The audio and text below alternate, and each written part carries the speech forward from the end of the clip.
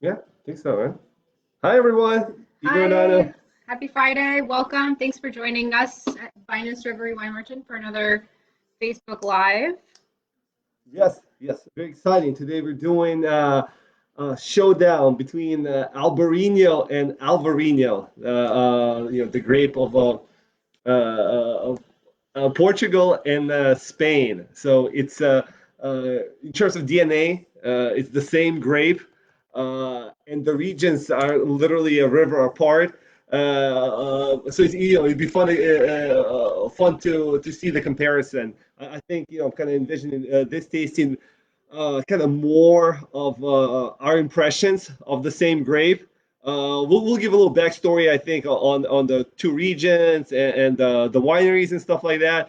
But it's basically to showcase the difference between great grapes from great producers, and we'll So, see. yeah, so different expressions of the same grape. Okay, cool. Absolutely, yeah. So, which one are we starting with? Yeah, let's start out with Alvarinho from Portugal. Yeah. Okay, let me show the bottle to everybody. Cool. All right, you want to pour me? Yes. So, All right, so vinhoverde. vinhoverde. Yeah. Uh, so it has two meanings. I think many people who know vinhoverde, they know it as green wine. Kind of green in quotes whenever you see it. It's because it's meant to be right after fermentation. It's meant to be bottled, and people typically drink it young. So most vineyards are associated with kind of easy and fun wines. That's kind of the typical impression of vineyard. They're a little spritzy. There's a little like Fizz. yeah, fizz, Yeah. a little sweetness, a lot of acidity.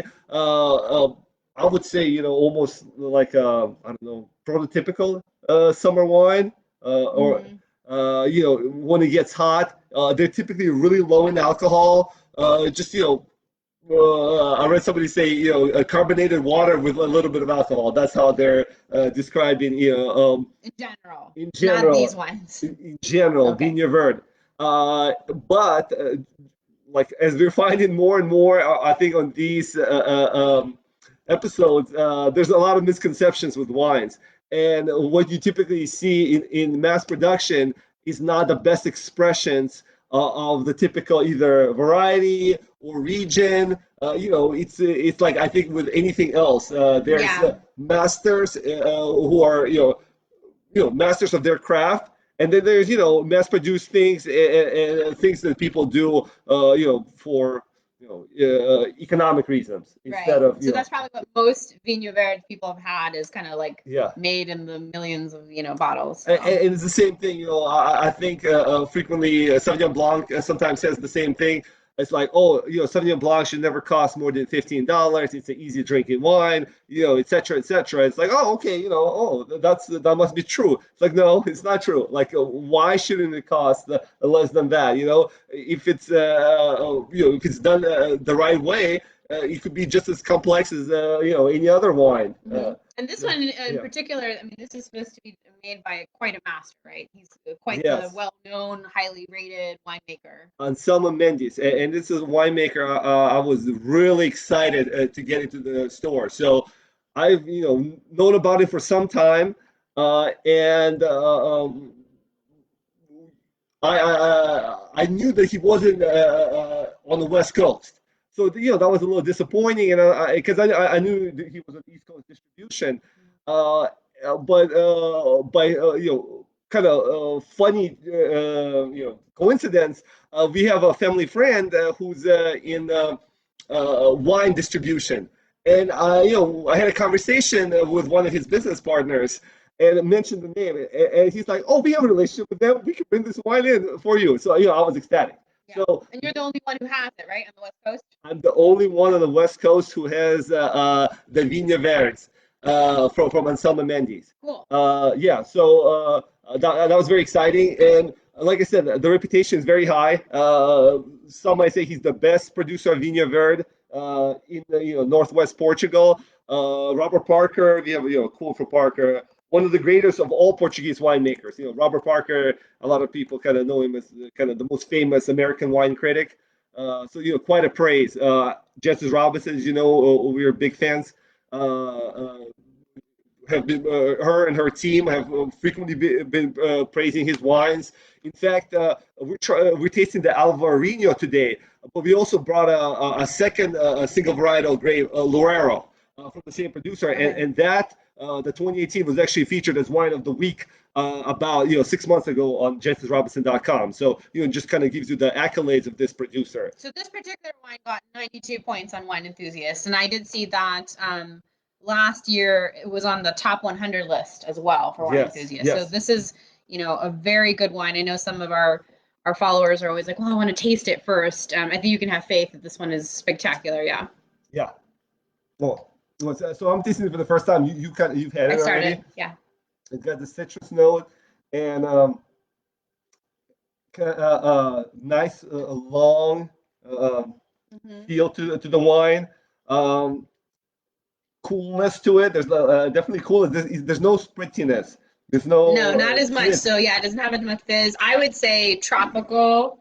It starts out tropical, and it's like waxy citrus. Yeah. But it's got a really bitter and dry finish, which I like. So. That's what I was looking for. Yeah, and a lot of another comparison between the vinhoverde, the easy drinking ones are frequently blends, as I was mentioning earlier, to try to make them as quickly as possible. So they blend some of the varietals, Albarino, Loero, Adesso, Trechadura, and sometimes they even take it from different years, and they don't come from prime land. It's just make it easy, get it out in distribution, and kind of let's sell them. But when they start making single varietals, like Alvarinho in this case, typically, from everything I've read, and a few examples that I tried, they become more complex wines. This is definitely a wine that you could pair with food. Obviously, seafood is like the typical, I think, pairing partner. Yeah. And one of the reasons it's, let's start with some maps. Oh, good. Yeah. I missed the visuals. All right, guys. So this is a very busy map. Isn't it always? Yeah. So let me go. So we're talking about Northwest Iberian Peninsula. All right. So we have the Minho River right here. Minho. Thanks to one of our friends who pronounced it for us. Minho. Yeah. Okay. It goes from Spain west to the Atlantic Ocean. Next year there is Minho River and Lima River. I think they kind of maybe they connect. Okay. Yeah. So vinhoverde, it's growing on the river. So that's one of the distinctions that we'll see versus Albarino. Albarino has more Atlantic influence. So. And the other thing about vinhoverde, I was mentioning that it's called green wine, but it's actually also the name of the region. So it's the northwestmost region bordering Spain, and it's actually the biggest region in Portugal. So they produce the largest amount of wines. Okay. And so I see on the bottle it says Mancao and Melgaço. So those are the specific areas where these grapes came from for this bottle. Right? Yes. So there's vinhoverde has 9 subregions, and Mancao and Melgaço, it's one of the subregions, and I think it's names of towns. Not 100% sure. And yeah, it is. It is. Yeah. Okay. And they specialize 100% in Alvarinho. Like I was mentioning, there's different grapes in vinhoverde, Loero, which is part of a different region, Adesso, Trechadura, but this subregion specializes specifically in Alvarinho. And Alvarinho typically produces more racier expressions of wines, and this wine is definitely racier. Well, I think it's got kind of this more acidic backbone. Okay. I think others can be a little more fuller, a little more expressive on the nose, where this is a more kind of on the palate. I think it's got this kind of really nice acidic backbone. So Really nice wine. And then, you were mentioning obviously it's a renowned producer. He started making wines in like the late '90s, I think, right? Yeah, he's very renowned. So Parker's Wine Buyer Guide called him one of the greatest Portuguese winemakers. So if you're into Portuguese wine specifically, you've got to check him out. And then Jose Panin, who is a Spanish wine reviewer. I knew we kind of stick with, American and British, but he's a Spanish wine reviewer, and he's called him the most innovative producer of Alvarinho. So definitely kind of a rock star in the Portuguese wine world. So I think this is worth checking out. As I'm tasting it, I'm thinking about what do I want to eat with it. So I know seafood is very traditional. I think this is, I know you said racy, but I think it's got some body to it, so it could withstand some kind of peppery notes. Maybe if I was going to make like seared scallops or kind of like a little bit like a fish with a little bit of spice on it, it could take it. Was definitely on the fuller end than some other vineyards. And typically, the easy drinking ones, they're like 9 to 10% alcohol. This is a 13% alcohol, so this is like a wine that's got some structure to it. Yeah. Okay. So and sometimes they even they call them super verde, which is a play on super Tuscans. They try to make it like sound more, I think, dynamic, like in Tuscany. When they were adding some Bordeaux varietals, specifically Cabernet Sauvignon to Sangiovese, it kind of gives it a little more body. So I think that's where the super comes from, that it's like heavier. So the same thing here. Super Verde is because they're a little higher in alcohol, got a little more body, a little more complexity. Okay, cool. Well, I'll hurry this one along. Yeah, it's beautiful. Yeah. I mean, I didn't. I didn't read too much about how he produces his wines, but I know he uses traditional winemaking techniques. Not kind of like he's not messing with it too much for fermentation of the skin, fermentation of wooden casks. Yeah. So he does he has quite a few cuvées, and he does a cuvée where it's a blend. Then he has a Loire cuvée that I was talking about, and this is Alvarinho. But then he has Contacto Alvarinho, and that's where he ages it on skins. Okay. I haven't tried that one, but supposedly it's very complex. Okay. More significantly more complex than this wine. So yeah, he's definitely somebody who wants to perfect his craft on these indigenous grapes to the regions, kind of to showcase what the region is best at. So and then kind of transitioning from Alvarinho to Albarino. One of the things that both do is I actually have a picture here. Is there, instead of vines being horizontal on the ground, both regions actually specialize in this kind of vertical vines. They call them here granite pergolas. That's what they call them in Spain. And forcado, they call it in Portugal. So the way I understood it, it's I don't know if you guys can see from the picture. It's probably hard to tell, but the vine itself, I think we're used to seeing grapevines that have really thick trunks. But these vines are very thin, so they definitely need a lot of support to kind of stand up. So here you have kind of the granite stand and the vines wrapped around it, and the grapes grow above the ground. So it's making like this little like shady area beneath. Typically, the vines come from the ground, so I don't know if you could tell this. So that's kind of the style, and apparently it's beautiful because the whole it's rainy green, and you see these kind of shaped vineyards that makes the whole region, both of the regions, very beautiful. Okay. And actually, I'm always learning new things about grapes. Both Albarino obviously is the same grape.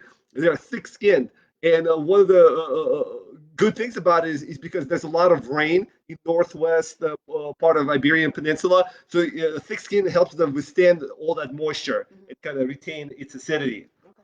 So it's a kind of geeky, like winemaking part about it. Yep. So. All right, so let's jump and try to taste the Albarino from Pazo Barantes. Okay. Let me get the bottle first. Yeah. Cool label right there. That's very nice. Yeah. All right, Albarino.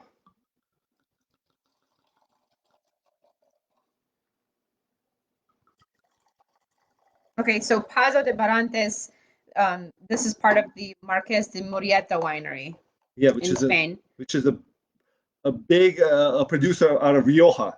Okay. Yeah. And it's a family-owned establishment, and it's run by two siblings, so I can tell that. Yes, so they want to have the Galicia, which is northwest Spain, the bigger region, and it's across the mountains from Castilla de Leon. And it's actually, once again, it's Atlantic influence, and there's Celtic history to that. It's like we were talking last week about the pear cider. Galicia also, it's green, just like, Okay. Well, I know the property dates back to the 1500s, so it's quite an old historic area. All right, so this is supposed to be quite good as well. So 93 points, James Suckling, and 90 points, Wine Spectator. So again, a very highly rated expression. So not your typical, mass-produced Albarino. Very nice, highly critically rated. Similar with differences. That's different. I've not had this one before. Yeah. To me, it feels fuller, richer. I'd say this has a bit more fruit to it. So it's like apple and pear. More pear, I think. Kind of like pear has that mellow sweetness to it. Yes. And it's like salty. It's salty, but what I'm thinking, the Sal de Terra that we had a couple of weeks ago, nowhere close to salinity to that one.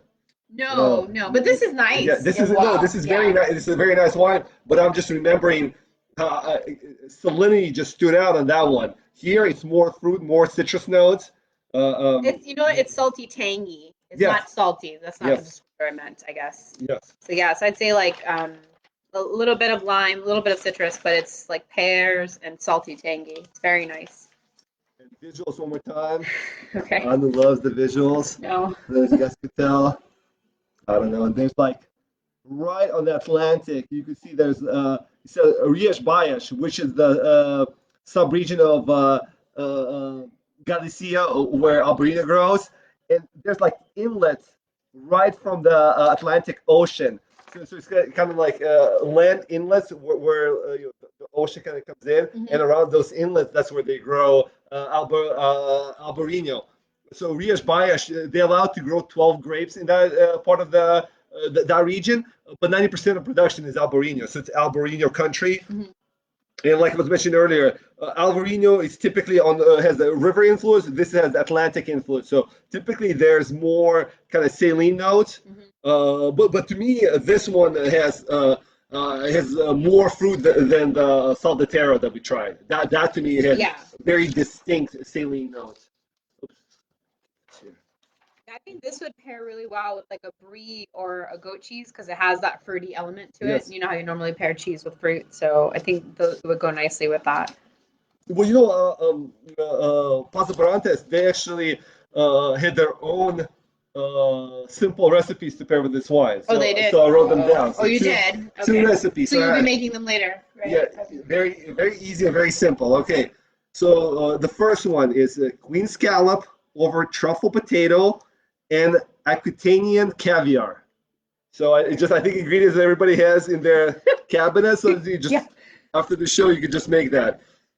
And the second one, even simpler, I think. All right, mille filet. What are you looking at me for? Filled with smoked eel, foie gras, and caramelized mayonnaise. Oh, my favorite.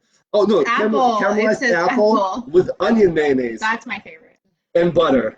So 2 simple recipes, and I think foie gras and mayonnaise. I don't know how they came off. Let's make it more fattening. Yes, I don't know how to feel there with Alvarino. Well, I mean, it makes sense because there's a lot of acid structure to these wines. So acid, fat, they go together. So it kind of does make sense, even though this sounds rather exuberant. Rich, yes, definitely rich. But I think you found more recipes that kind of make more traditional sense. Well, I like more flexibility to kind of flavor things. But yeah, I saw crab and oyster and goat cheese and seared scallops for this one. But I would prefer this with cheese, I think. That's just my personal preference. You talking about this particular wine, Yeah, or both of them? no, this one in particular. Yeah. I think the other one had a bit more citrus and tropical, so I would do kind of more salad or fish or tacos with the other one. You know, I Like I want to, wouldn't do anything, any pepper or spice with this one. I think you'd lose some of the interesting fruit. yeah. Well, yeah, you obviously Northwest Spain. It's all like seafood. That's what they're famous. It's They're on the famous for. ocean, Like, yeah. I even read anecdotes where uh, some restaurants had to apologize to their customers because they didn't have fresh seafood caught that same day, so they had to serve them previous day's catch. Wow. They have standards. Yeah, so yeah, high standards. But I wanted to just sometimes wines open up at different rates. But do you have a preference? I want to go back to the first one. I want to finish this one and go back to the first one, and maybe kind of decide at this point in time which is the favorite of my two. Okay, well.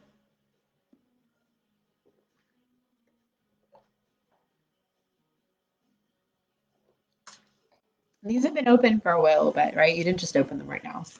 30 minutes, Okay. kind of suggest 30-minute window. Do you want a little bit more? No, I had quite a bit of the Anselmo Mendez Alvarinho, so I'm good with that one. Big Well, here, citrus. let's show the bottle again because you're Yeah. you're retasting the first one. Yes. Big citrus finish on Paso Barantes. Hi, Kate. She's joining us today. Cheers. Cheers. The taste of Friday. Yes. Yes.